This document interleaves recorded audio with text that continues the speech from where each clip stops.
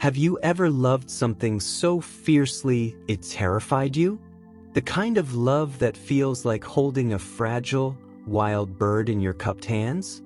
You know you should open your fingers, let it fly. But the thought of that emptiness, the sudden silence, it freezes your blood. That's exactly how Clara felt about Smokey. Every single day.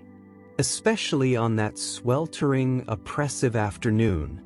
July 16, 2025.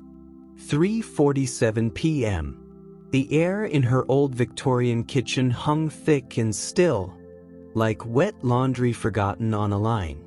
Outside, the world shimmered, heat waves rising from the cracked pavement of Maple Street. The scent of hot asphalt and the faint, dying sweetness of the neighbor's overblown roses drifted through the screen door, which Clara had propped open with a chipped brick, hoping for a breeze that never came. She stood at the sink, washing the same coffee cup for the third time. The rhythmic scritch-scritch of the sponge was the only sound, besides the frantic thumping in her own chest. Her reflection in the window above the sink was blurred by condensation. A ghost of a woman. Her dark hair pulled back too tightly. 6 months. That's how long it had been since the divorce papers were final. 6 months of living alone. In this too-big house. That echoed with the absence of arguments. And laughter. And the future she'd meticulously planned. The silence wasn't peaceful. It was accusatory. A monument to failure.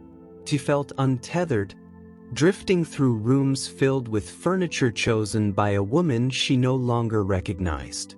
The crossroads she stood at wasn't marked by signposts. It was a vast, featureless plain, and she was utterly lost. A soft thump from the pantry doorway. A shadow detaching itself from the gloom. Smokey. He didn't meow. He rarely did. He just materialized. A sturdy, thick-furred gray tabby, with a splash of pure white like spilled milk across his broad chest. He paused on the worn linoleum threshold. One paw lifted, frozen mid-step. His wide, owl-like eyes, the color of tarnished gold, fixed on Clara with unnerving intensity. Not demanding, not pleading, just seeing her. Seeing through her. In a way no human had managed in a very long time.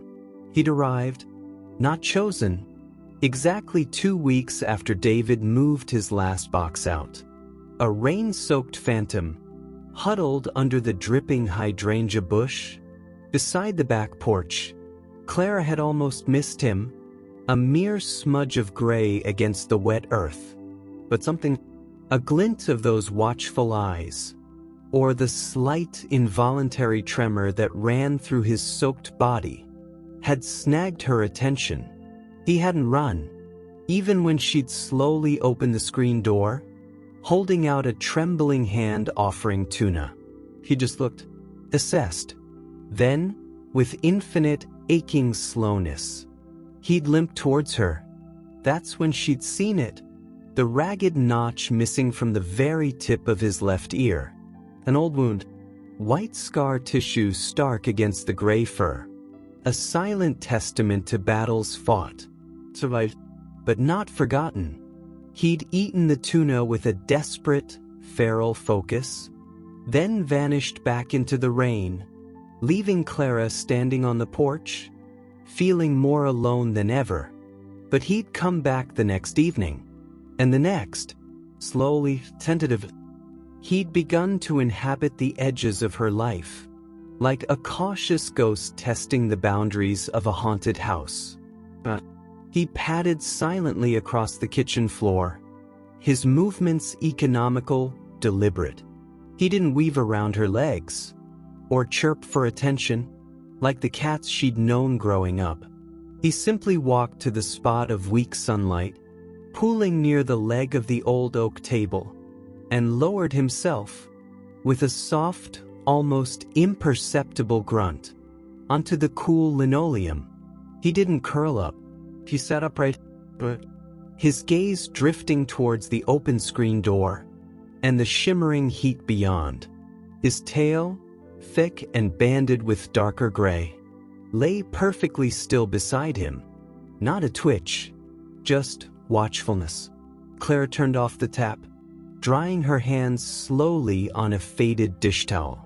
She watched him, this enigmatic creature who had chosen her crumbling solitude over the unknown dangers of the outside world. What had he seen? What had he lost? To bear that notch in his ear and carry that profound stillness in his bones?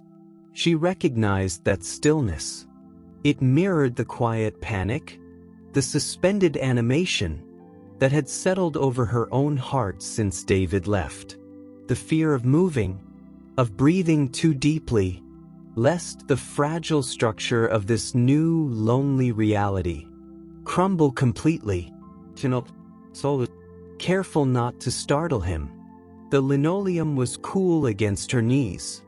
Smokey didn't turn his head, but one ear, the one with the notch, swiveled minutely towards her, listening. "Hot out there, huh, buddy?" Her voice sounded rusty and used. He didn't react, just kept staring at the door, at the world beyond, the world that had given him that scar. Clara reached out, her hand hovering, not quite daring to touch the dense, soft-looking fur of his back. He radiated warmth, a small, living furnace in the stifling kitchen. She could see the subtle rise and fall of his ribs, slow, steady. She remembered the frantic trembling of that rain-soaked creature just weeks ago. Now he sat, a statue of quiet endurance, a strange, unfamiliar warmth, not from the sun, began to unfurl deep within her own chest. It wasn't happiness, not exactly. It was more like recognition, a silent acknowledgement, passing between two survivors, huddled in their shared, fragile sanctuary. He needed this place, this quiet, just as much as she did, maybe more. She let her hand drop, resting it lightly on her own knee. For now, just being near him, sharing this heavy, silent afternoon, was enough. It was a connection, frail as a spider's silk, but real. The first real thing she'd felt in months. Smokey finally blinked, a slow, deliberate closing of those golden eyes. Then he turned his massive head to slightly and looked directly at her, not at her hand or her knees, but straight into her eyes. A long, quiet, searching look. It held no demand, no judgment, just presence. Solid, unwavering. In that silent exchange, amidst the suffocating heat and the echoing emptiness of the house, something infinitesimal, yet seismic, shifted inside Clara. The vast, terrifying plane of her loneliness didn't feel quite so empty anymore. There was another heartbeat, another set of eyes witnessing the silence. The fear of loving and inevitably losing was still there, a cold knot in her stomach, but beneath it, a tiny, stubborn ember of something else flickered. Not hope, not yet, but possibility. The quiet, terrifying possibility of letting that fragile bird rest, just for a little while. In her trembling hands, she drew in a slow breath, the air tasting of heat and dust and something else, something almost alive. Smokey held her gaze for another heartbeat, then turned back to the door, to the shimmering world outside. But his tail, just the very tip, gave a single, almost imperceptible flick, like a silent punctuation mark, to the beginning of something neither of them could name. The quiet shift had begun. The heat wave broke, not with a dramatic storm, but with a slow, sighing exhalation. A week after that heavy afternoon in the kitchen, cooler air, smelling faintly of damp earth and bruised leaves, drifted through the still-propped screen door. Claire breathed it in, standing on the back porch in the pre-dawn gloom. 5:03 a.m. Her mug of coffee steamed gently, its familiar, bitter aroma a small anchor in the quiet. In the dimness of the living room, a pair of watchful, tarnished gold eyes followed her silhouette. Smokey had taken to the old, threadbare armchair by the fireplace. Not on it, but behind it, tucked into the narrow space between the chair's high back and the wall. A sentry post.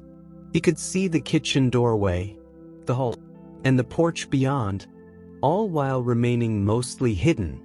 He didn't sleep sprawled, but sat or curled tightly, head often resting on his paws, ears perpetually pricked, always listening, always aware.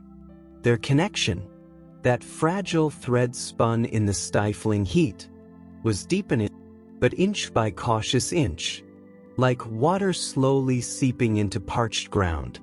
Smokey was no lap cat. He didn't purr, at least not yet. His affection, if that's what it was, came in subtle gestures, observations Clara had to learn to read, like deciphering a forgotten language. It started with proximity. He began appearing, not just in the kitchen for the evening meal she'd started leaving out, but in whatever room she settled in for longer than 10 minutes. If she sat on the worn living room sofa, trying to lose herself in a book, her eyes often skimming the same paragraph over and over, he'd materialize, padding silently across the rug, and settle himself, not beside her, but at the opposite end, a precise 3 feet away, a buffer zone respected by both. He'd face her, or the window, his gaze distant, but his body angled, so that she was always within his peripheral vision. It felt less like companionship and more like a wary cohabitation, mutual surveillance. Then came the blinks, slow, deliberate, languid closures of those intense golden eyes. She'd catch him watching her as she washed dishes or stared blankly at the wall, lost in the gray fog of her thoughts. When their eyes met, he wouldn't look away, embarrassed, like a human might. He'd hold her gaze, steady, unflinching, and then he'd blink, slowly, meaningfully. It wasn't a sleepy blink. It was deliberate, a silent signal. She'd read somewhere, long ago, in a life that felt like someone else's, that a slow blink from a cat was a sign of trust. I feel safe enough with you to close my eyes. The first time she consciously registered it, as he sat on the rug while she folded laundry, a lump formed in her throat, so small, so silent, yet it felt like the first genuine gift she'd received in months. Tentatively, hesitantly, she blinked back, slowly, deliberately. His ears twitched, just slightly. He didn't blink again, but the tip of his tail, resting on the rug, made a single, tiny, clockwise circle. The silent conversation began. The rituals started next. Small, daily, unspoken agreements. The evening meal became sacred, not just tuna anymore, but a careful mix she researched online. Wet food, a sprinkle of kibble, served in the same chipped blue bowl, placed at precisely 6:30 p.m. on the mat by the back door. Smokey wouldn't appear until he heard the clink of the bowl hitting the linoleum. He'd emerge from whatever shadow he'd been inhabiting, approach cautiously, circle the bowl once, sniffing the air, then finally lower his head to eat, with that same intense focus. Clara would sit at the kitchen table, pretending to read a magazine, but watching him, watching the powerful muscles in his shoulders work, the way his notched ear twitched occasionally, alert even in this moment of vulnerability. She started talking to him then, nonsense mostly, about the weather, the stubborn weed in the garden, the book she couldn't concentrate on. He never looked up, but his eating would pause, just for a fraction of a second. When she spoke, listening, always listening. Mornings, before dawn, became theirs. Clara, sleepless again, would pad silently into the kitchen, start the coffee. Within moments, Smokey would be there, not demanding food, but sitting, watching the percolator, as if fascinated by the gurgling sounds, the rich, dark smell filling the room. She'd sit at the table with her mug. He'd sit 3 feet away on the floor, facing the slowly lightening window. The silence wasn't empty anymore.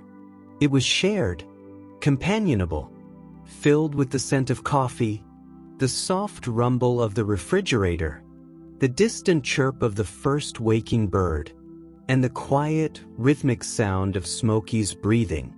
In those moments, the hollow ache inside Clara, the one left by David's absence, by the collapse of her imagined future, didn't vanish, but it softened. It wasn't a gaping wound, but a familiar, manageable ache. Smokey's quiet presence, his simple existence beside her, was a counterweight, proof that she wasn't entirely alone in the universe. One rainy Tuesday, the kind of cold, persistent drizzle that seeps into your bones, Clara hit a wall. A letter arrived, official looking, from the bank. Refinancing options, or rather, the lack thereof, for the too big Victorian on Maple Street. The numbers swam before her eyes. The silence of the house, usually just quiet, felt suddenly suffocating, oppressive, a physical weight pressing down on her chest. Panic, cold and sharp, clawed its way up her throat. Alone, broke, stuck, failure. The words echoed louder than any argument ever had. She sank onto the bottom step of the staircase, her back against the cool newel post, and let the tears come. Silent at first, then shuddering sobs she couldn't contain. She buried her face in her hands, the rough texture of her gardening-roughened knuckles pressing into her wet cheeks.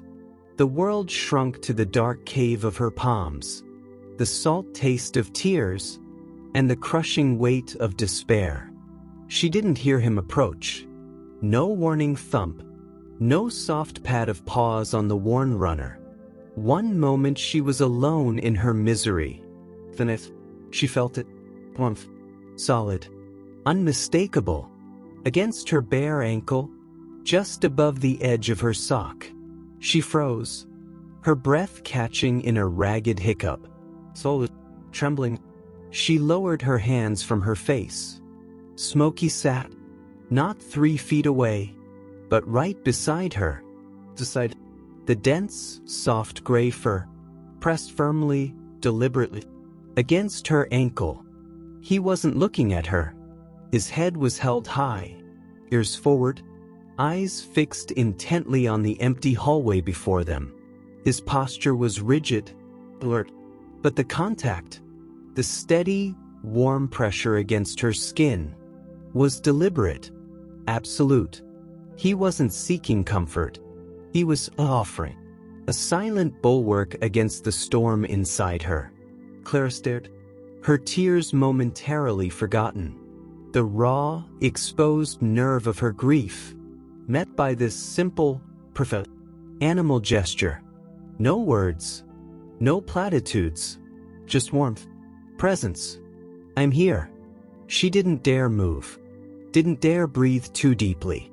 She simply let the warmth seep from his fur, through her skin, up her leg, a slow, spreading countercurrent to the icy panic. His breathing, deep and slow, seemed to echo in the quiet hallway. A silent rhythm, an anchor. Gradually, involuntarily, her own frantic breathing began to sink, matching his calm cadence. The tight band around her chest. Just a fraction. He stayed like that, a warm, living pressure against her ankle, for long minutes, watching the hall, protecting her, not from external threats, but from the one raging within. When her tears finally stopped, leaving her hollowed out, but strange, Smokey finally turned his head. He looked up at her, not with pity, but with that same deep, assessing gaze. He blinked, slowly, with the same quiet deliberation. He stood, stretched, arching his back, tail held high. He gave her ankle one last, brief, deliberate nudge with his cheek. The sensation, the slight rasp of his fur, the brief, surprising softness of his cheek, lingered. Without a backward glance, he padded silently back towards the kitchen, disappearing into the gloom. Clara remained on the step, her fingers tracing the spot on her ankle, still warm from his touch. The bank letter lay crumpled on the floor nearby. The fear, the loneliness, they hadn't magically disappeared, but something fundamental had shifted. The connection, that fragile thread, had just been tested, and it had held. More than held. It had become a lifeline. Not just for him, she realized, with a shock that felt like warm sunlight breaking through clouds, but for her. Smokey, with his notched ear, his watchful silence, his unexpected, fierce loyalty, wasn't just a stray she'd fed. He was becoming, piece by fragile piece, her family, and in the quiet aftermath of shared sorrow, in the lingering warmth on her skin, Clara felt, for the first time in a very long time, flicker, not just of possibility, but of something dangerously close to the bond, forged in silence and small gestures, had quietly, irrevocably, taken root. Autumn arrived, not with a fanfare of color, but with a slow seep of chill, a crisping of the air that smelled of wood smoke and decaying leaves, and the damp, mineral scent of the earth preparing for sleep. Maple Street became a tunnel of fiery red and gold, sunlight filtering through in dusty, slanting beams, painting the worn floors of Clara's Victorian in fleeting, warm patterns. The too big house, with its groaning pipes and sighing floorboards, felt different now. Not just occupied, but inhabited. Smokey's presence was a low, warm hum, a constant, comforting counterpoint to the silence. Their routines had deepened, become grooves worn smooth by repetition and unspoken understanding. The pre-dawn coffee ritual, the precise placement of the blue bowl at 6:30 p.m. Smokey's preferred sentry post behind the armchair, now often occupied during the day, his watchful eyes following Clara as she moved from room to room. He'd begun to venture closer. 3 feet became 2, then 18 inches. He'd stretch out on the rug near her feet as she read, his dense fur a welcome warmth against the growing chill seeping through the old windows. He still rarely purred, but Clara had learned to recognize the subtler signs. The slow, rhythmic kneading of his paws against the fabric of the sofa. A quiet, almost inaudible chuff sound he made deep in his chest when particularly content. The way he'd sometimes rest his chin on the toe of her slipper. The gesture so small, so trusting, it never failed to make her heart clench. The bank letter, that harbinger of cold panic on the rainy Tuesday, hadn't vanished. Neatly filed, but ominously present, in a folder marked urgent on her desk. The numbers still didn't add up. The Victorian, with its drafty windows and soaring ceilings, was a financial millstone. Selling it? The thought was a physical pain, a severing of the last tangible thread to the life she'd planned. Facing the relentless drain on her savings, the looming specter of repairs she couldn't afford, felt like slow suffocation. The crossroads, that vast, featureless plain, was narrowing. Choices, hard, adult choices, loomed on the horizon, casting long, cold shadows over the fragile piece she and Smokey had built. And then Smokey started staring at the wall. Not just any wall. The wall in the dining room. The one opposite the large, rarely used bay window. It was an unremarkable expanse of faded floral wallpaper, peeling slightly near the ceiling, above the heavy, dark wainscoting. Nothing hung there. No pipes ran visibly behind it. Just while he'd sit, perfectly still, in the center of the worn Persian rug, facing it. His head wouldn't tilt in curiosity, like when he watched a bird outside. It remained level, ears pricked forward, not aggressively, but with intense, unwavering focus. His body would be utterly motionless, except for the very tip of his tail, which might twitch, like a silent metronome. He'd stay like that for 10 minutes, sometimes half an hour, unmoving, unblinking, as if listening to a conversation or watching a scene playing out on the blank wallpaper, invisible to Clara. First, she thought nothing of it. Cats stared. It was their nature. At dust motes dancing in sunlight. At shadows. At the ghosts of memories only they could see. But the consistency, the specific location, the sheer intensity of his focus, began to itch at her. "What ya looking at, buddy?" she'd ask softly. One afternoon, as he sat still, facing the floral paper, he didn't flinch, didn't acknowledge her voice. His gaze remained fixed, on a point about 4 feet up the wall. She walked closer, standing beside him. She peered at the spot. Faded pink roses, a slight water stain, nothing more. She reached out, tapped the wallpaper lightly with her knuckle. Thump, thump. Solid plaster. Smokey's ear, the notched one, twitched violently. A full-body flinch, rippling through him. He didn't look at her, but a low sound, not a growl, but a deep, vibrating hum, started in his chest. A warning? Distress? It was gone as quickly as it came. He remained fixated, but the fur along his spine, just visible beneath the dense gray, seemed slightly raised. A cold finger of unease traced down Clara's spine. It was just a wall. An old wall in an old house. But Smokey, her stoic, battle-scarred companion, was reacting to it. Reacting to her touching it. The bank letter, the crushing weight of decisions, faded momentarily, overshadowed by this new, quite pervasive mystery. The staring became a ritual.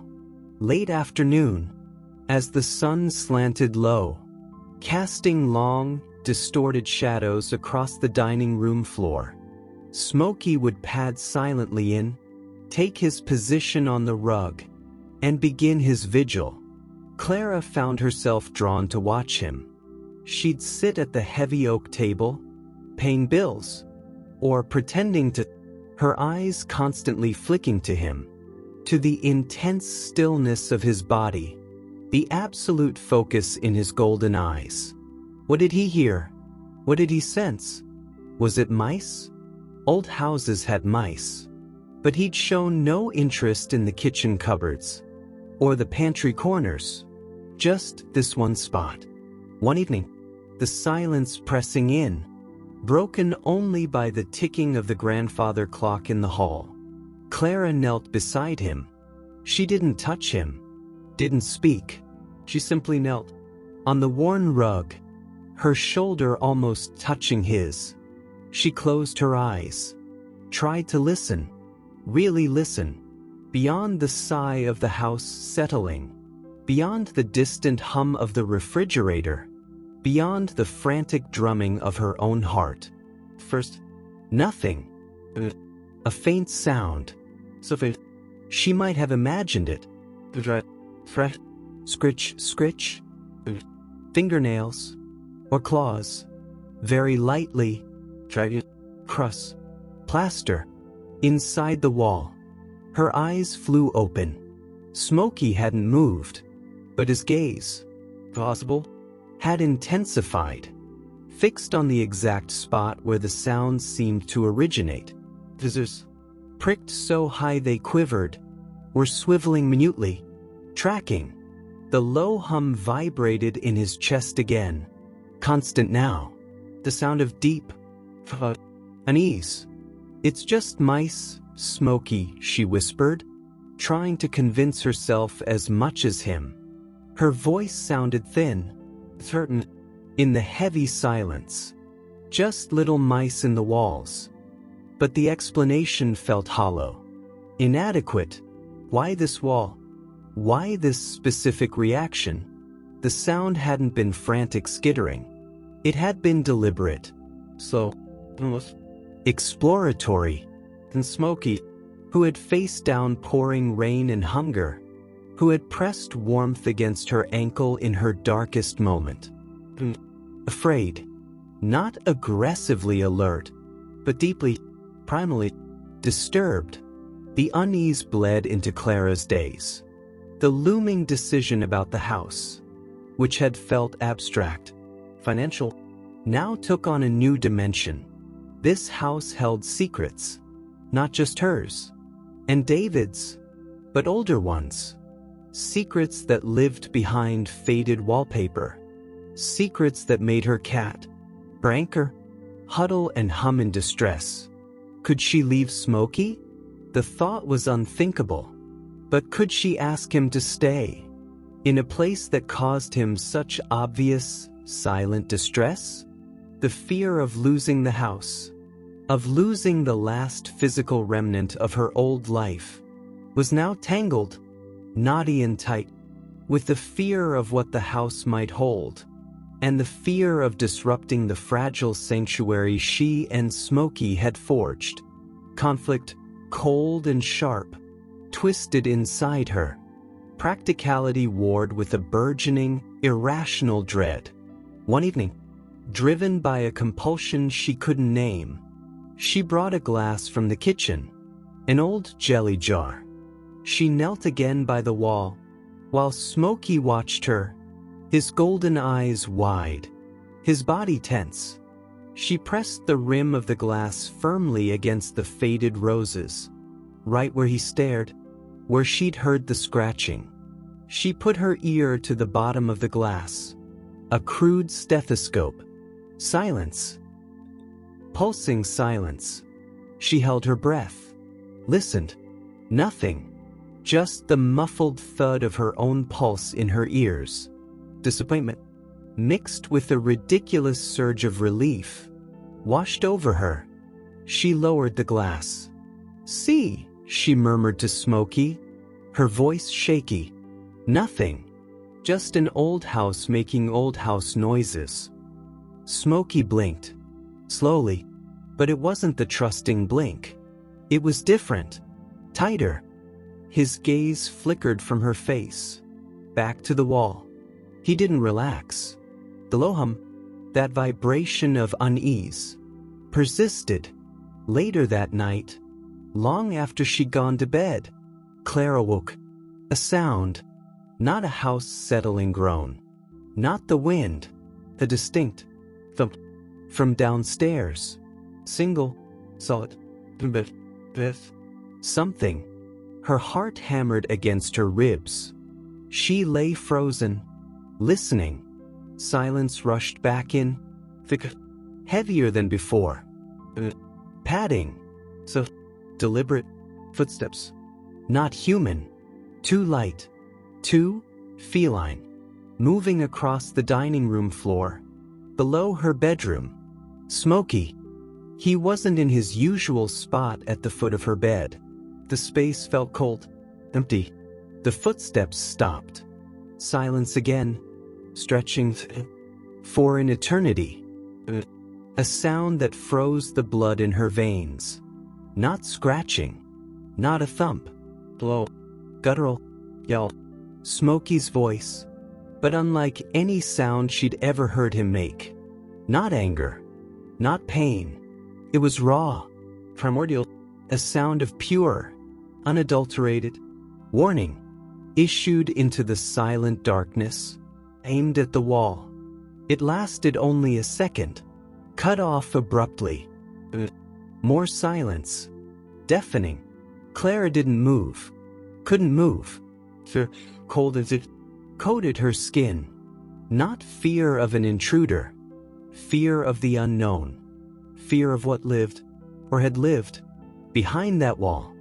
Fear of what Smokey knew, what he sensed, that she couldn't. The sanctuary felt violated.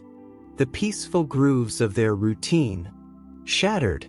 The house, her refuge, Smokey's territory, held a shadow, a silent, unseen presence that had drawn her cat into the darkness to issue a challenge she couldn't comprehend.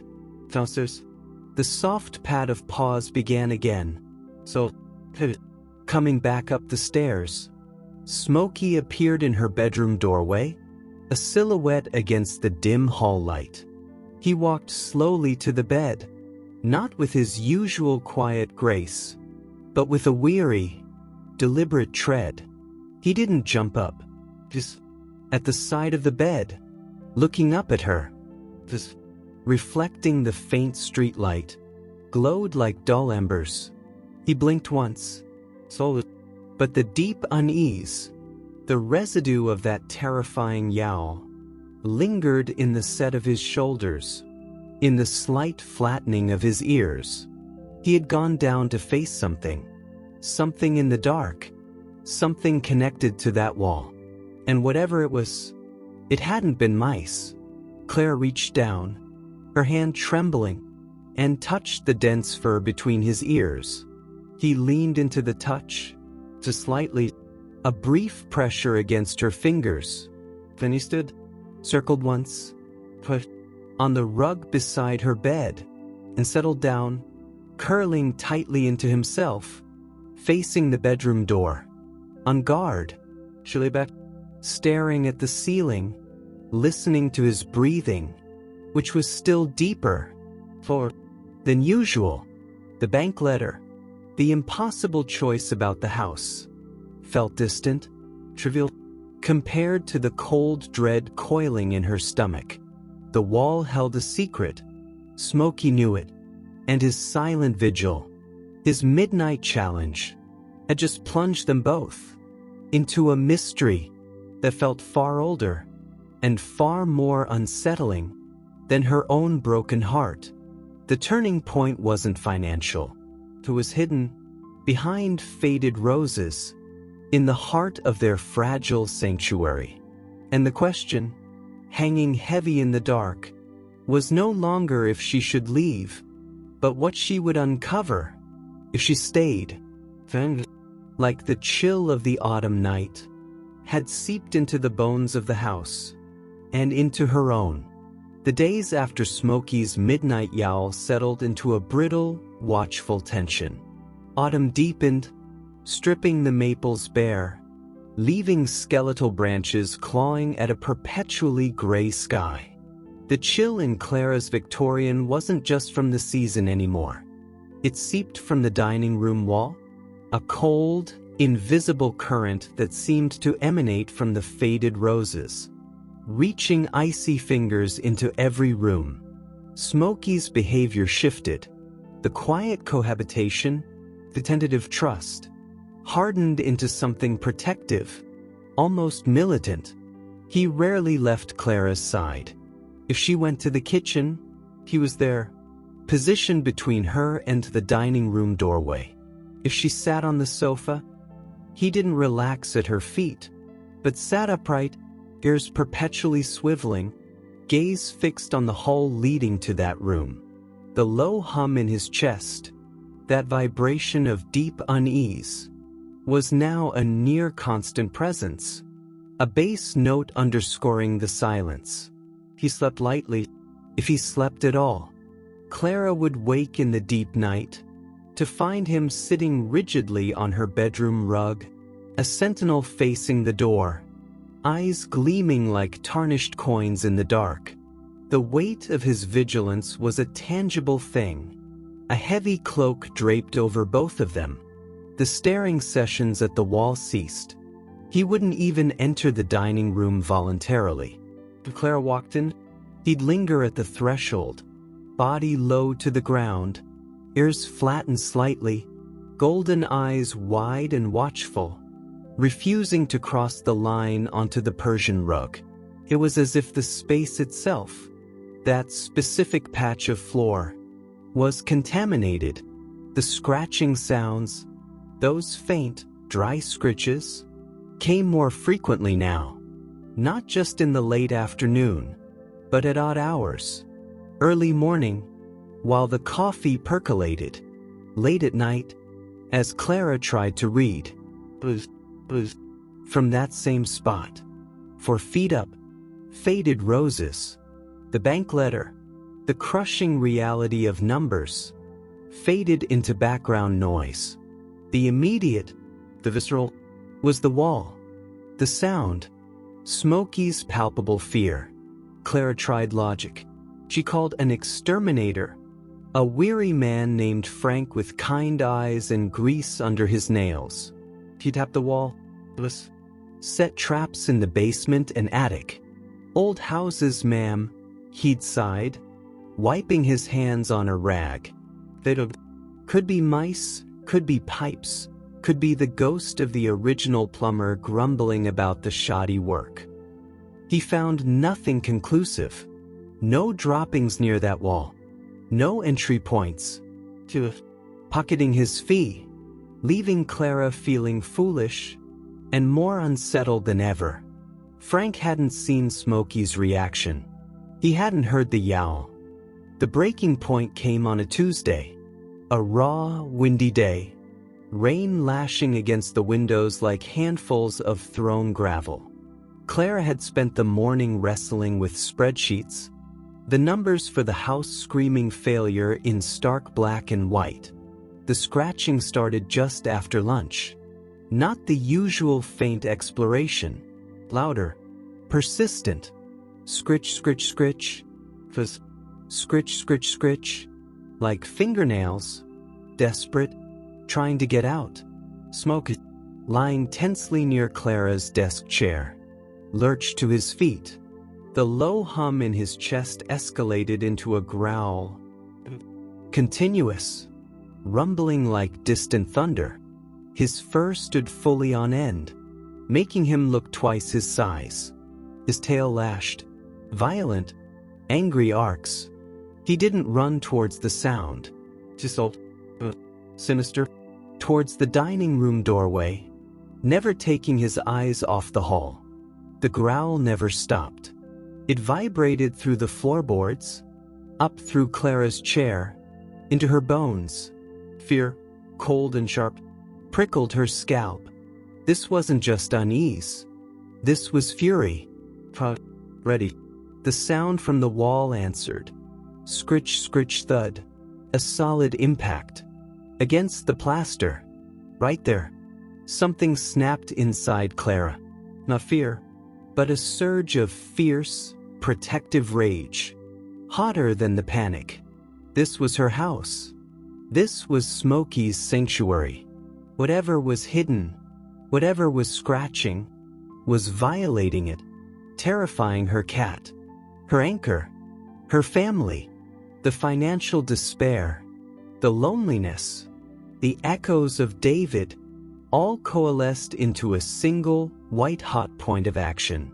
She wouldn't be a victim, passive, paralyzed by the unknown anymore. She stood up. The chair scraped harshly on the floor. Smokey flinched at the sound, but didn't break his stance, his growl intensifying, focused now on the dining room. Clara didn't hesitate. She walked past him, into the dining room. The scratching stopped abruptly. The silence felt heavy, ominous. Smokey followed her, stopping just inside the doorway, refusing to step onto the rug. His growl subsided to the low hum again, but his body remained rigid. Clara went to the kitchen, not for a glass this time. She returned with a claw hammer, its wooden handle worn smooth by generations of unknown hands, and a flathead screwdriver, tools of revelation or destruction. She stood before the wall. The faded roses seemed to mock her. The water stain looked like a weeping eye. 4 feet up, she raised the hammer. Her hand trembled, not with fear now, but with adrenaline, with the raw need to know, to end the torment, for Smokey, for herself.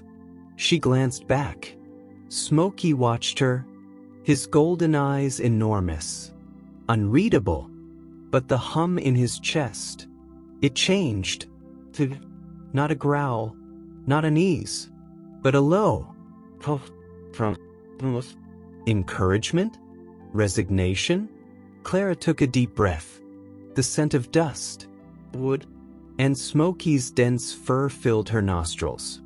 She turned back to the wall, lined up the claw of the hammer, just below the water stain, right where the scratching always came from, and swung. The impact was shockingly loud, a brutal crack that echoed through the silent house. Plaster exploded inward, a jagged hole, the size of her fist, just bloomed, a ghostly cloud in the dim light. Clara coughed, eyes stinging, her heart hammered against her ribs. What had she done? Silence. Absolute. Smokey's hum had stopped. He was utterly still, a gray statue in the doorway. Clara peered into the hole. Darkness. Dust motes swirling in the weak light from the window. She couldn't see anything. She raised the hammer again, hands steadier now, driven by a desperate momentum. Another blow, widening the hole. More plaster rained down inside the wall cavity. Another. The hole was big enough now to fit her head and shoulders. The dust began to settle. She leaned forward, squinting into the gloom. The space between the studs was thick with cobwebs, glistening like tattered lace in the dust-filled air. No mice. No pipes. Darkness. Something else. Not wood. Not plaster. Rectangular. Smooth. Wedged horizontally. Between 2 studs. About 3 feet back from the broken plaster. Her breath caught. She fumbled for the flashlight on her phone. Fingers clumsy. Switched it on. The bright beam cut through the swirling dust, illuminating the cavity. It was a box. An old wooden box. About the size of a large shoebox. Dark stained wood, ornate brass corners, tarnished green with age. Deliberately placed. Hidden. The scratch fuzz hadn't been inside the wall trying to get out. They'd been on the outside, trying to get in. Trying to signal to the box. A wave of dizziness washed over Clara. She leaned against the wall, beside the jagged hole, the hammer dangling forgotten in her hand. Plaster dust coated her hair, her sweater. She stared at the box. a silent sentinel in the dark. Smokey made a sound, not a hum, not a growl. The soft, broken, so unlike him, full of sorrow, recognition. Clara reached into the hole, ignoring the scrape of splintered wood against her arm, ignoring the cobwebs clinging to her skin. Her fingers closed around the edge of the box. It was heavier than she expected. Solid. She pulled, gently at first, then with more force as it resisted, wedged tight by time and settling. It came free with a soft scrape of wood on wood. She brought it out, into the dim light of the dining room. Dust cascaded off its surface. The brass corners were indeed tarnished, the wood dark, with intricate inlay along the edges. Faded but still beautiful. There was no lock, just a simple brass clasp, also green with age. Holding it shut, Smokey took a single step forward, onto the Persian rug, breaking his own boundary. Just right in the center, where he used to stare. He looked at the box, then up at Clara, his golden eyes holding an expression she couldn't decipher. Not fear, not anger, something ancient and profoundly sad. Clara sank to her knees, on the dusty rug, the box resting heavily in her lap. The hammer and screwdriver lay discarded beside her. Her hands trembled violently now, coated in white plaster dust. She reached for the clasp. It was stiff, resistant. She worked it gently, fingernails scraping at the verdigris. It clicked open. She lifted the lid. The hinges protested softly. Sit, lined with faded blue velvet. Wasn't treasure, not gold, not jewels, but something far more precious and infinitely sadder. Photographs, dozens of them, faded, curling at the edges, black and white, sepia tone. A woman, smiling shyly, holding a baby, serious, in a soldier's uniform. The same couple, older now, standing in front of this very house, paint looking fresh. Just the woman, alone, her smile gone, eyes holding a depth of sorrow Clara recognized in her own mirror.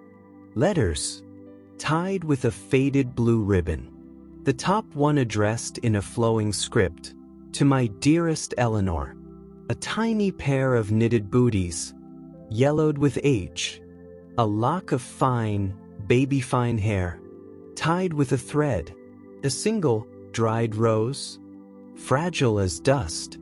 Clara's breath hitched. Hot and sudden, blurred her vision. She picked up the top photograph. The young soldier, serious, holding a quiet intensity. He had a small, distinct scar, just above his left eyebrow. A choked sob escaped her. She knew, deep in her bones. Eleanor, the soldier, the baby, plus grief hidden away, sealed behind a wall, like a physical manifestation of a broken heart too heavy to carry. The scratch, those weren't something malevolent. They were echoes, ghosts of memory, resonating through the structure of the house, sensed only by the creature attuned to the deepest frequencies of sorrow. Smokey hadn't been guarding against a threat. He'd been guarding the secret, the hidden grief, the box of broken love. A warm weight pressed against her knee. Smokey. He had moved silently across the rug. He didn't look at the box. He looked at her, his massive head lowered, and he nudged her dusty hand, the one resting limply on the open box. Not with his nose, but with the soft side of his face, his cheek, the same gesture he'd used against her ankle months ago. "I'm here." So deliberately, he raised a heavy paw, not to bat at the photographs, but to rest it so gently on top of the image of the young soldier, right over the man's heart. His golden eyes held Clara's, filled with an understanding that transcended species. I know, that touch seemed to say. I know this sorrow. I carry mine too. He blinked. Slowly, the scar on his ear, a white slash against the gray, seemed to pulse in the dim light. The dam broke. Clara's tears, held back for months, came in a torrent. Not the panicked sobs on the stairs, but deep, cleansing tears. Tears for Eleanor, alone in this house with her memories. Tears for the soldier, who never came home. Tears for the baby, whose tiny booties lay preserved in velvet. Tears for David, for the future they'd lost. Tears for herself, for the loneliness, the fear, the crushing weight of decisions. Tears for Smokey, for the battles that had notched his ear, for the sorrows he carried in his silent bones. She cried, her forehead resting against the cool wood of the open box. Smokey's warm cheek still pressed against her hand, his paw resting over the soldier's heart. The plaster, the faded velvet, all mingled with her tears. The house held its breath. No scratching, no thuds, just the raw, beautiful sound of grief. Finally, fully released, and the soft, rumbling purr that started deep in Smokey's chest, vibrating through her hand, filling the silent space where the scratching had been. A purr not of contentment, understanding. The breaking point wasn't the wall. It was her heart. And in the shattering, holding the fragments together, was the warm, steady pressure of a scarred gray cat, and the silent testament of love, hidden, but never truly forgotten. The connection, fragile no longer, forged in shared sorrow, was now unbreakable. The dust settled. Literally, a fine white powder coated the dining room rug, the oak table, Clara's hair, Smokey's dense gray fur.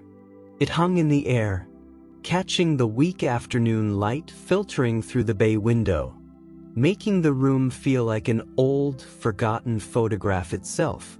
The jagged hole in the wall, a raw, gaping wound in the faded roses, stared back at them. The dark cavity felt emptier now. The ornate box, resting on the table amidst plaster debris, seemed to pulse with a quiet, solemn energy. Clara remained on her knees, the rough fibers of the Persian rug pressing into her skin. Her tears had subsided, leaving her face stiff, salt-crusted. Her chest felt hollowed out, but not empty, scoured clean, like a beach after a storm. Blush bare, ready for something new, though what? She couldn't yet imagine. Smokey hadn't moved his paw from the photograph. That deep, resonant vibration had softened, but continued, a steady, grounding thrum against the sudden, profound quiet. It wasn't the uneasy hum, nor the protective growl. It was contentment, relief, a shared exhaustion after a battle fought and survived. So carefully, Clara lifted her hand, the one Smokey's cheek still warmed. She placed it gently over his paw, resting on the soldier's image. Her fingers brushed the coarse fur between Smokey's toes. He didn't flinch, didn't withdraw. He simply pressed his paw more firmly into her touch, a silent affirmation. We are here, together. His golden eyes, watching her, held no judgment for the destruction, only that deep, ancient understanding. They stayed like that, amidst the dust and the debris. For a long time, the frantic drumming of Clara's heart slowed. synchronizing with the steady rhythm of Smokey's purr. The oppressive cold that had emanated from the wall was gone, replaced by a fragile, tentative warmth. The warmth of shared vulnerability, of secrets finally laid bare. Cleaning up felt sacred, reverent. Clara didn't sweep the plaster dust away hastily. She fetched a soft brush and a dustpan, kneeling again, gently sweeping the white powder into a small pile. Felt like burying something, not the grief, but the fear of it. The fear that had festered behind the wallpaper, just as Eleanor's sorrow had. Smokey watched, from his newly claimed spot, right in the center of the rug, no longer avoiding it. He followed her movements, his head turning slowly, his purr a soft counterpoint to the swish-swish of the brush. When she carefully lifted the ornate box, cradling it like the precious relic it was, stretched, and padded silently after her. Into the living room, she placed the box, not hidden, not on a dusty shelf, but on the low coffee table, beside the threadbare armchair that was his sentry post. In the light, the tarnished brass corners gleamed dully. The intricate wood inlay, flowers and vines, showed its age, but also its enduring beauty. It belonged here now, acknowledged, honored. Smokey circled the table once, his nose twitching, taking in the scent of old wood, velvet, and tears. Then he jumped, not onto the chair behind, but onto the coffee table itself. A bold move. He walked deliberately around the box, giving it a wide berth, but not avoiding it. He settled down, curling his body protectively around it, his back pressed against its side, his chin resting on his paws, facing the room. A new sentry post, guarding, not against, but for. The purr resumed, deeper, more resonant. This is safe now. This belongs. In the days that followed, moved forward, but the grooves, the familiar paths, had subtly shifted. The air in the Victorian felt lighter, easier to breathe. The silence wasn't accusatory anymore, nor was it heavy with unseen dread. It was peaceful, companionable, filled with the small, real sounds of existence. The ticking clock, the sigh of the furnace, the soft rustle of Smokey turning in his sleep. His vigilance relaxed. The constant low hum vanished entirely. Really slept. Not the tense, watchful dozes, but deep, sprawled slumbers. Often on his back, paws curled in the air, vulnerable belly exposed. He started spending nights on Clara's bed, not just at the foot, but curled against her side, or even, tentatively, on the pillow beside her head. For once so rare, became a frequent soundtrack, a rumbling lullaby as she read, a warm vibration against her leg as she worked at her desk. The transformation wasn't into a different cat, but into a fuller version of himself. The wariness, the deep-seated caution born of his notched ear and unknown battles, didn't vanish. A sudden loud noise, a stranger at the door, could still make him flatten, their swiveling, eyes wide. But the baseline, the constant thrum of tension, had dissolved. Lighter, freer. Their morning coffee ritual deepened. He no longer sat 3 feet away, facing the window. He'd hop onto the kitchen chair opposite hers, sitting upright, watching the percolator with apparent fascination, then turning those golden eyes to her. He blinked slowly, deliberately. She'd blink back. A silent good morning exchanged over steaming mugs. He'd stretch a paw across the table, not quite reaching her, but resting it on the worn wood surface. A gesture of connection. Clara found herself talking more. Not just the weather, but real thoughts. Fears about the house. Memories. Both painful and sweet. He'd listen. Ears forward. His gaze steady. Understanding. His presence wasn't just comforting. It was validating. The bank folder, marked urgent, still sat on her desk. The numbers hadn't magically changed. The Victorian was still a financial burden, a looming question mark over her future. But Clara found herself approaching it differently. The panic, whole dread, had receded, not vanished, but put into perspective. The hole in the dining room wall, now temporarily covered with a piece of plywood, was a stark reminder. Houses were just wood and plaster. They held memories, both joyful and devastating, but they weren't the memories themselves. Eleanor's grief resided in the box, not in the walls that had hidden it. Clara spent time with the box, not obsessively, but respectfully. She carefully examined each photograph, each letter. She didn't read them fully, feeling it an intrusion, but skimmed the salutations and signatures, Eleanor and James.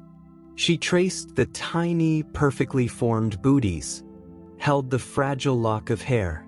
She researched online, finding old census records, property deeds. Eleanor Henderson, James Henderson, killed in action, 1944. Europe.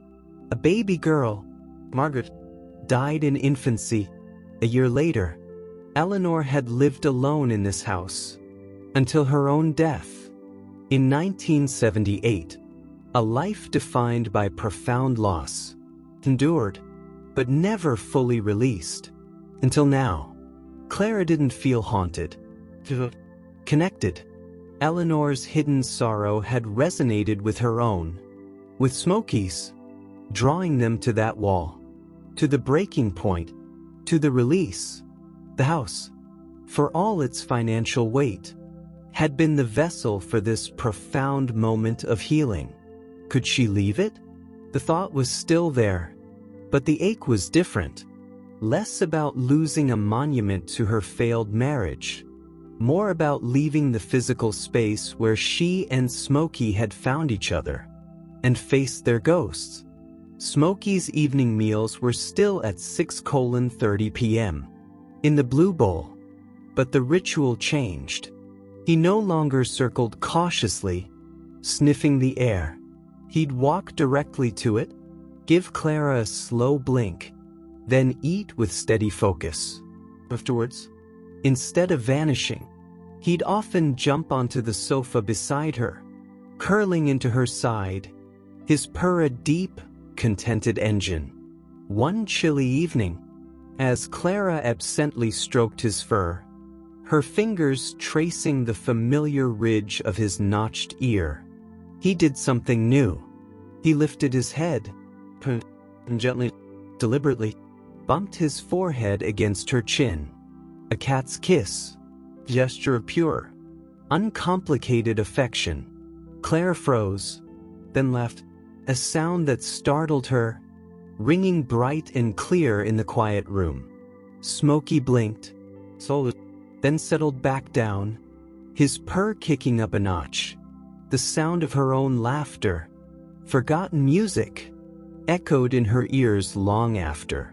The mystery of the scratching remained. No rational explanation presented itself. Clara didn't seek one anymore. She accepted it, as Smokey seemed to. An echo, a resonance, a final plea from a hidden heart, answered by the breaking of plaster and the breaking open of her own. Peace didn't mean all questions were answered. It meant the questions no longer held terror. One crisp November morning, frost etching delicate patterns on the window panes, Clara sat with her coffee. Smokey was in his now customary spot, On the chair opposite, watching the steam rise from her mug, the plywood patch was visible through the dining room doorway, a temporary scar. The box sat on the coffee table, a quiet presence. The urgent folder lay open on her desk, numbers staring back. Clara looked at Smokey. He met her gaze, blinked slowly. She blinked back. Not just thinking, but voicing it into the shared silence. "Maybe," she said, her voice clear. "Maybe we stay." Smokey didn't meow, didn't purr louder. He simply held her gaze, his golden eyes deep pools of quiet acceptance. Arching his back, his notched ear catching the morning light. He hopped down from the chair, padded silently to her side, and rubbed his entire body against her leg, a full-body affirmation. Together, the fear of the vast, featureless plain, it was still there, on the horizon, but it no longer felt desolate. It felt open, and Clara wasn't standing alone at the crossroads anymore. She was kneeling on a worn rug, plaster dust in her hair, a scarred gray cat warm against her leg, and a small, ornate box holding generations of love and loss, sitting peacefully on her coffee table. The silence, the beautiful, unbroken silence, was full, not of absence, but of presence, a peace, of a soft closure that held space for whatever came next. The quiet shift that began with a watchful cat in a sweltering kitchen had settled, like dust after a storm, into something solid, enduring, and deeply, profoundly. Winter clamped down on Maple Street, a deep, crystalline freeze that turned the world brittle and hushed. Snow piled high against the Victorians' foundations, muffling footsteps, bending the bare branches of the maples into aching arches. Despite the drafts whispering around the old windows, a different kind of warmth held sway.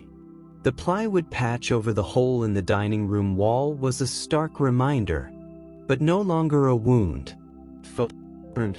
A badge of survival. Eleanor's box, polished now to a soft sheen by Clara's careful hands, sat proudly on the living room coffee table, no longer hidden, but a centerpiece, a silent guardian of stories told and untold. Smokey still often curled around it, his dense gray fur a living blanket against the cold wood, his purr a constant, comforting vibration in the quiet house. Life had settled into a rhythm both familiar and profoundly new. The decision to stay, voiced that frosty morning, had rooted itself deep. The financial pressures hadn't vanished, but Clara faced them with a steadiness born from that moment on the dusty rug. She'd taken on freelance editing work, her laptop humming on the kitchen table during the day. Smokey often a warm, purring weight draped across her feet under the desk. The pre-dawn coffee ritual remained sacred, now often accompanied by the soft click-click of her keyboard, or simply shared silence, watching the slow bleed of light into the winter sky. Smokey's contentment was palpable. He discovered the joy of sunbeams, slanting weakly through the bay window in the afternoon. Just belly exposed, twitching slightly in dreams, utterly vulnerable, utterly trusting. The notch in his ear, catching the light, was no longer just a scar of battle, but a testament to survival, to finding safe harbor. He'd become unabashedly affectionate. The forehead bumps against her chin, the full-body leg rubs, the way he'd press his cheek against her hand while she read, demanding nothing, simply offering his presence, his warmth. Clara found herself laughing more. At his ridiculous sleeping positions. At his sudden, playful pounces on stray dust bunnies. At the sheer, simple joy of his purr rumbling through the quiet rooms. The sound of her own laughter, once a forgotten ghost, now felt like music. One bitterly cold afternoon, the sky a flat, leaden gray promising more snow. A hesitant knock sounded at the front door. Smoke, dozing in a sunbeam, lifted his head, ears pricked. Not aggressive, but alert. Shuffling papers at her desk, felt a flicker of surprise. Visitors were rare on Maple Street, rarer still at her door. She opened it to find Mrs. Henderson, her elderly neighbor from 2 doors down, shivering on the porch. Her thin frame was bundled in a worn coat several sizes too big. A brightly knitted hat pulled low over her ears. Her face, wrinkled like a winter apple, was pinched with cold, and something else. A deep, anxious worry that made her eyes seem too large in her face. "Clara, dear?" Her voice trembled. "I'm so sorry to bother you, especially in this cold, but have you seen Pip?" Pip, Mrs. Henderson's ancient, nearly blind, tortoiseshell cat. A neighborhood fixture, moving with glacial slowness, known for dozing for hours on sun-warmed porch steps. Even in summer. "Pip?" Clara's heart gave a little lurch. "No, Mrs. Henderson, I haven't. Not since, maybe yesterday afternoon. Is she missing?" The old woman's eyes welled. "Since last night. She didn't come in for supper. Never misses supper.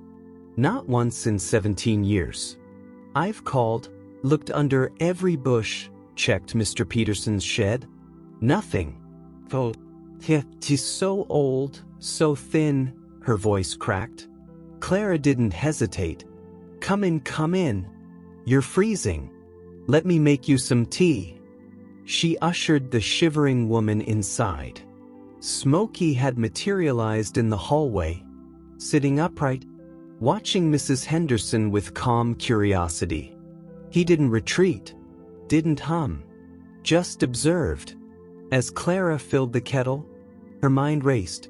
Pip out in this killing freeze? 17 was ancient for a cat. The image of the frail tortoiseshell, confused, in the deepening cold, was terrifying. Mrs. Henderson sank onto a kitchen chair, wringing her mittened hands. "I don't know where else to look," she whispered, more to herself than Clara. "She's my last little bit of family, you know, after Arthur passed." Clara set a steaming mug of tea before her. "We'll find her," she said, channeling a certainty she didn't entirely feel. "Where haven't you looked?" "Everywhere." Mrs. Henderson's voice rose slightly, frayed with panic. "Darts, the alley. I even braved that frozen ditch behind the old Miller place, thinking maybe she fell in. Nothing. The old Miller place. An abandoned property, overgrown, at the end of Maple Street. Its backyard sloped down to a small, usually boggy, but now undoubtedly frozen solid. A place Clara wouldn't normally associate with slow-moving Pip. The pond's frozen, Clara murmured, thinking aloud. But maybe near the edges? Where the reeds are thick? Mrs. Henderson nodded miserably. I called until my voice gave out. Just the wind answering. Clara glanced out the kitchen window. The leaden sky was darkening further. Snowflakes, fat and lazy, had begun to drift down. Time was running out. "Oi," she said, decision snapping into place. "Bundle back up. We're going to look again. Together. Focus stay. But Smokey," as Clara pulled on her thickest coat and boots, didn't stay by his warm sunbeam. He followed her to the door, his posture alert, intent. He looked at her, then at Mrs. Henderson, then back at her. His golden eyes held an unusual intensity. Not fear. Purpose. "Smokey, no," Clara said gently, reaching for the doorknob. "It's too cold. Stay warm." Ears pricked forward, gaze fixed intently on the snowy world beyond the glass. The search was grim. The cold stole their breath, burned their cheeks. Snow swirled, sticking to eyelashes, coating the already white world in a fresh, muffling layer. They called Pip's name. Hoarse voices swallowed by the wind, checked under porches, behind garbage cans, poked sticks into snowdrifts. Nothing. Mrs. Henderson grew quieter, her steps slower, her shoulders slumped further under the weight of despair. They reached the edge of the old Miller property, the frozen pond of flat, gray disk beyond a tangle of snow-laden reeds and brittle, dead cattails. "This is hopeless," Mrs. Henderson whispered, her voice thick with tears freezing on her lashes. "She's gone. My little Pip." Clara scanned the reeds, her own hope dwindling. The cold was seeping through her boots, numbing her toes. Just as she was about to suggest heading back, to call for help, or simply offer warmth and comfort, something caught her eye. Not movement, but a break in the monotonous white and gray. A tiny patch of muted orange and black, almost buried, tucked deep within the thickest stand of reeds, right where the frozen water met the snowy bank. At first glance, like a discarded rag, but the shape. "Mrs. Henderson," Clarist, pointing. By the reeds. The old woman stumbled forward, peering. "Pip, Pip." They scrambled down the slippery bank, ignoring the cold biting through their gloves as they pushed aside the stiff, frozen reeds. And there she was, Pip, curled into the tightest possible ball, buried up to her shoulders in wind-drifted snow. Her tortoiseshell fur was matted with ice. Her eyes closed. She wasn't moving. "Oh, Pip," Mrs. Henderson cried, falling to her knees in the snow. Clara's heart sank. She reached out, dreading the feel of frozen fur, of stillness. But as her gloved fingers brushed Pip's back, a miracle. The faintest, tiniest shudder, a breath, shallow, but there. "She's alive," Clara gasped. "Oh, thank God. Thank God." Mrs. Henderson sobbed, working carefully. They scooped the tiny, ice-crusted cat from her snowy grave. She was limp, unconscious, but breathing. Clara tucked the frozen bundle inside her own coat, against her sweater, trying to impart warmth. Pip felt like a bag of ice. No weight, no life, just cold. "Hurry," Clara urged, supporting Mrs. Henderson as they scrambled back up the bank, slipping and stumbling through the deepening snow. The walk back to Clara's house felt endless. The cold now a secondary enemy. The fragile spark of life inside her coat the only thing that mattered. Bursting through her own front door, Clara rushed to the living room, kneeling by the radiator. "Towels. Hot water bottle. Not too hot," she directed, her voice tight. Mrs. Henderson, shaking, fumbled in the kitchen. Smokey was there instantly. Not curious, but alert, intense. He watched as Clara gently laid Pip on a thick towel spread before the radiator. The little tortoise shell was barely recognizable. Frozen, lifeless scrap. Smokey didn't approach. Just a few feet away, his golden eyes fixed on Pip, his body utterly still, except for the tip of his tail, which twitched, like a silent metronome counting precious seconds. Clara worked with frantic tenderness, rubbing Pip's frozen limbs with dry towels, trying to stimulate circulation. Mrs. Henderson arrived with a warm, not hot, water bottle, wrapped in another towel. Clara nestled it against Pip's belly. They covered her with another towel, leaving only her nose exposed. Her breathing was agonizingly shallow, intermittent. Smokey hadn't moved. Fixed on the tiny mound under the towel, was unnervingly focused.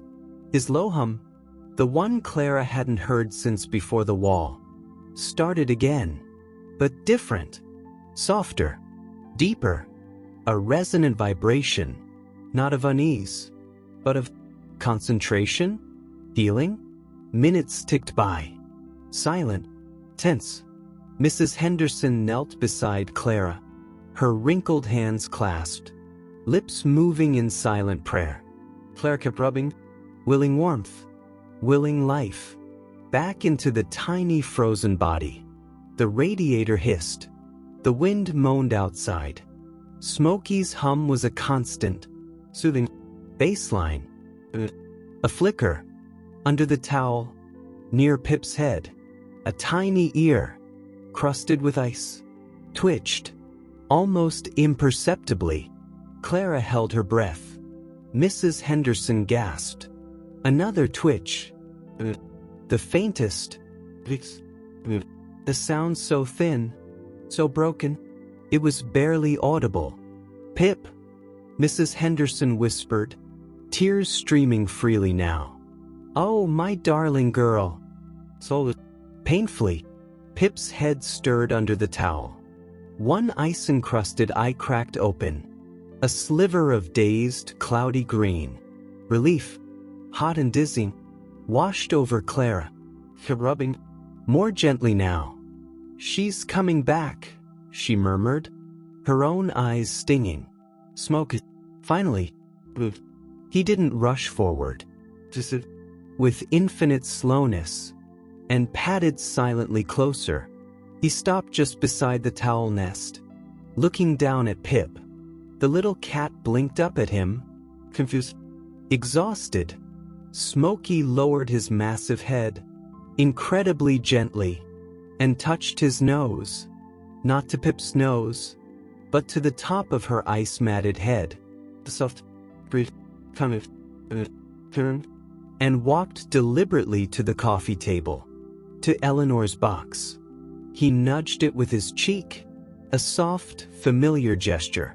Then he returned, circled once, put on the rug beside the radiator, and settled down, curling his large body protectively around the towel-wrapped Pip, his warmth radiating towards her. For that deep, resonant thrum, louder, stronger, a physical vibration passing through the floor, through the towel, to the tiny, shivering cat nestled within. Warmth, safety. Clara sat back on her heels, watching. Mrs. Henderson reached out a trembling hand, resting it lightly on the towel over Pip's fragile body, feeling the weak but steadying rise and fall of breath. Pip, filled with tears, moved from her recovering cat to Smokey's watchful, purring form, to the ornate box on the table, its brass corners gleaming softly in the lamplight. "That box," Mrs. Henderson whispered, her voice thick with emotion. "It belonged to Aunt Eleanor, didn't it?"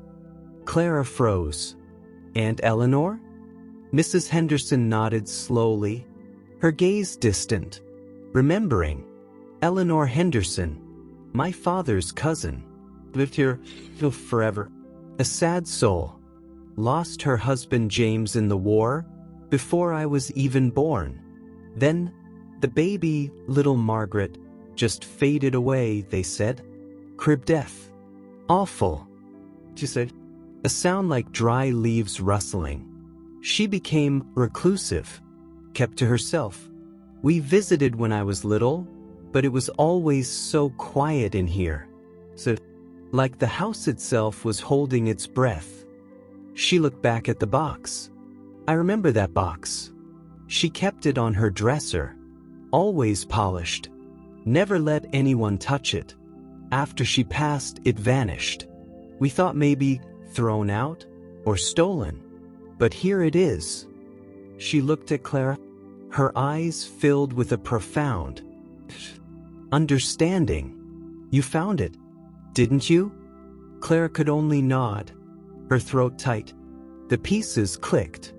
The name Henderson, the connection, the echo of grief, spanning generations, resonating through the walls, finding its way through Smokey to her.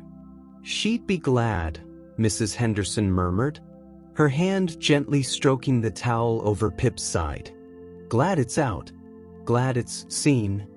She looked at Smokey, curled protectively around Pip, his purr a steady engine of warmth and comfort. I'm glad for this. Pip stirred again, a little stronger this time. She nuzzled weakly against the warm water bottle. Incredibly, she stretched out a single, ice-free paw from under the towel. It trembled, then came to rest, feather-light, against Smokey's thick gray form. He didn't move, didn't stop purring. He simply lowered his head, closing his golden eyes, resting his chin near Pip's tiny head, his notched ear brushing her matted fur. A silent vow. I'm here. The gift wasn't just finding Pip. It wasn't just Mrs. Henderson's revelation about Eleanor. It was the connection, thin threads weaving together across time and loss. Eleanor's hidden sorrow, rescued from the wall, rescued from the ice. Mrs. Henderson, rescued from despair. Clara, rescued from isolation by a scarred gray cat. And Smokey himself, finding not just safety, but purpose, the capacity to offer the fierce protection he'd received to another broken creature. Watching the large gray cat, his body a fortress of warmth around the frail tortoiseshell, his purr a healing song filling the quiet room. Clara understood. Smokey was the final gift. Eleanor's unspoken plea, the house's hidden heartache, had led Clara to him, had led her back to life, to connection, to the strength to face the cold and offer warmth. He was the bridge, not just between her and her own healing, but between past and present, between solitary grief and the quiet, enduring strength of community. Forged one small rescue, one shared sorrow, one purring vigil at a time. The ornate box held memories, but Smokey, with his steady purr, his watchful eyes, and the gentle pressure of his body against hers, or against Pip's, held the living testament. The gift wasn't in the finding, but in the fierce, tender, unconditional keeping. She realized with a surge of love so fierce it stole her breath. The keeper of second chances. For Eleanor. For Pip. For Mrs. Henderson. And most profound, for her. Winter loosened its grip, slowly, reluctantly. The snowdrifts shrank, revealing the muddy, sleeping earth beneath, and patches of stubborn, frost-bitten grass. Icicles wept diamonds from the eaves of the Victorian, their steady drip drip drip a counterpoint to the birdsong, tentative at first, then growing bolder, filling the thawing air with promises Clara could finally believe in. The plywood patch over the dining room wall remained, but it no longer felt like a scar. It felt like a bookmark, a physical reminder of the chapter where everything changed. Eleanor's box, its brass corners gleaming softly in the strengthening spring light, sat serenely on the coffee table, a silent witness to the quiet revolution within these walls. Pip's recovery was slow, miraculous. She spent a week cocooned in towels by Clara's radiator, nursed by Mrs. Henderson's trembling hands, and guarded by Smokey's unwavering presence. His large body remained curled around hers, a living furnace, his deep purr a constant vibration, seeming to seep into her frail bones, stoking the embers of life within. He'd lick her matted fur gently, cleaning away the last traces of ice and fear, with a tenderness that brought fresh tears to Mrs. Henderson's eyes. He'd share his warmth, his food, even his coveted sunbeam spot by the bay window, moving aside so the fragile tortoiseshell could bask.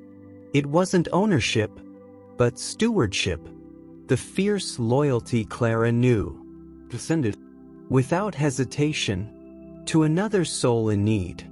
Mrs. Henderson became a fixture, not just a grateful neighbor, but a piece of the tapestry Clara and Smokey were weaving. She'd arrive each morning, carrying a thermos of weak tea, her eyes bright with a hope that hadn't been there before. She'd sit on the floor beside Pip, talking softly, her wrinkled hands stroking the slowly softening fur. She'd tell stories of Arthur, her late husband, whose laugh could shake window panes. Stories of her children, grown and scattered, and stories, tentative at first, then flowing more freely, of Aunt Eleanor, the quiet woman in the big house. How she'd loved her garden, particularly the roses, even after James was gone.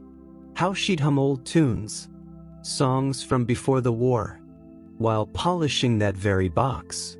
She wasn't bitter, Mrs. Henderson said one morning, watching Pip tentatively bat at a dust mote, just folded in on herself, like a flower after a hard frost.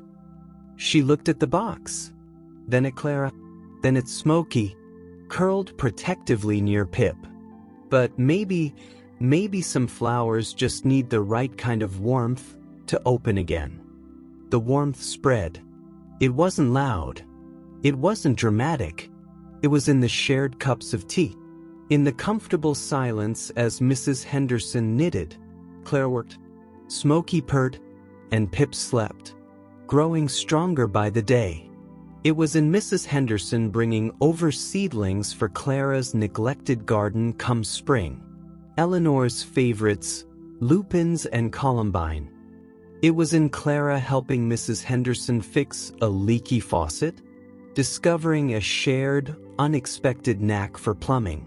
It was in the way the two big house, once echoing with absence, now held the soft murmur of conversation, the rhythmic click of knitting needles, the contented sighs of two cats, one large and scarred, one small and mended, existing in peaceful proximity. The financial pressure of the Victorian, the urgent folder, didn't vanish, but it shifted. One afternoon, Mrs. Henderson looked around the living room, at the high ceilings, the bay window, the space warmed by shared stories and feline presence. "This house," she said quietly, "it's too much for you alone, dear. Financially, physically." Clara braced herself, but Mrs. Henderson smiled, a gentle, knowing curve of her lips. "My Arthur, he left me comfortable. But that little bungalow of mine, it feels too big now too. Too empty. And the stairs." She paused, meeting Clara's eyes. What if I rented my place? And, what if I rented a room here? Helped with the upkeep? I'm sprier than I look, and I make a mean pot roast. The offer hung in the air. Simple, practical, and profoundly life-changing. Not charity. Partnership. Community. Clara looked at Smokey. He was washing Pip's ears, the little tortoiseshell submitting with a soft, rumbling purr of her own, a sound they hadn't heard since before the snow. looked up at Clara, and blinked slowly. The answer wasn't just financial. It was the final piece, the tangible manifestation of the connection forged in the icy reeds, and the dusty aftermath of a broken wall. Spring arrived in earnest. Crocuses pushed through the thawed earth, brave spears of purple and gold. The maple buds unfurled, tiny, vibrant green fists against the sky. The plywood patch came down, replaced by smooth, fresh plaster, awaiting new wallpaper Clara and Mrs. Henderson would choose together. Deemed strong enough, went home to Mrs. Henderson's bungalow. But home had expanded. She spent afternoons dozing in a patch of sunlight on Clara's living room rug, often with Smokey nearby, a silent, watchful guardian. The two cats, an unlikely pair, had developed a quiet understanding. With her clouded eyes, would often reach out a tentative paw, touching Smokey's massive flank, seeking reassurance. He would always, without fail, bore his head and gently bump her cheek with his own, a silent promise. I'm here. The routine settled, deeper, richer. Mornings were Clara and Smokey shared silence or soft conversation about the day ahead. Afternoons often brought Mrs. Henderson, news, seedlings, or simply her quiet presence. Knitting in the armchair while Clara worked, Smokey often draping himself across her feet, accepting her as part of his domain. Evenings were the blue bowl ritual, now witnessed by Pip, watching from her cushion, followed by shared meals, simple, filled with easy conversation, or comfortable silence. The house, once a monument to loss, held life. Beautiful life. Clara stood on the back porch one evening, just as the last rays of sun painted the sky in streaks of apricot and lavender. The scent of damp earth, and the faint, hopeful sweetness of the newly planted lupins filled the air. Smokey sat beside her, not pressed against her leg, but companionably close, his gaze following a lone bat darting against the twilight. Her soft, constant rumble was the sound of pure contentment. The notch in his ear, catching the dying light, was a badge, not just of survival, but of the journey. She thought of that sweltering July afternoon, the hollow-eyed woman washing a single cup, the shadow detaching itself from the pantry gloom. She thought of the crushing loneliness, the fear of the vast, featureless plain. She thought of the wall, the scratch, the tear, the brutal crack of the hammer, the release of tears, holding the box of broken love. She thought of the icy reeds, the tiny patch of frozen fur, the desperate race against the cold. She thought of Mrs. Henderson's revelation, the threads connecting them, across decades of hidden sorrow. The meaning wasn't in any single moment. It was in the weaving. It was about the unexpected ways life stitches itself back together, using threads we never knew we held. It was about how grief, hidden or faced, is never truly solitary. It resonates, sometimes, it calls out, across plaster and time. See, not an answer, but a witness, an understanding heart, a shared warmth.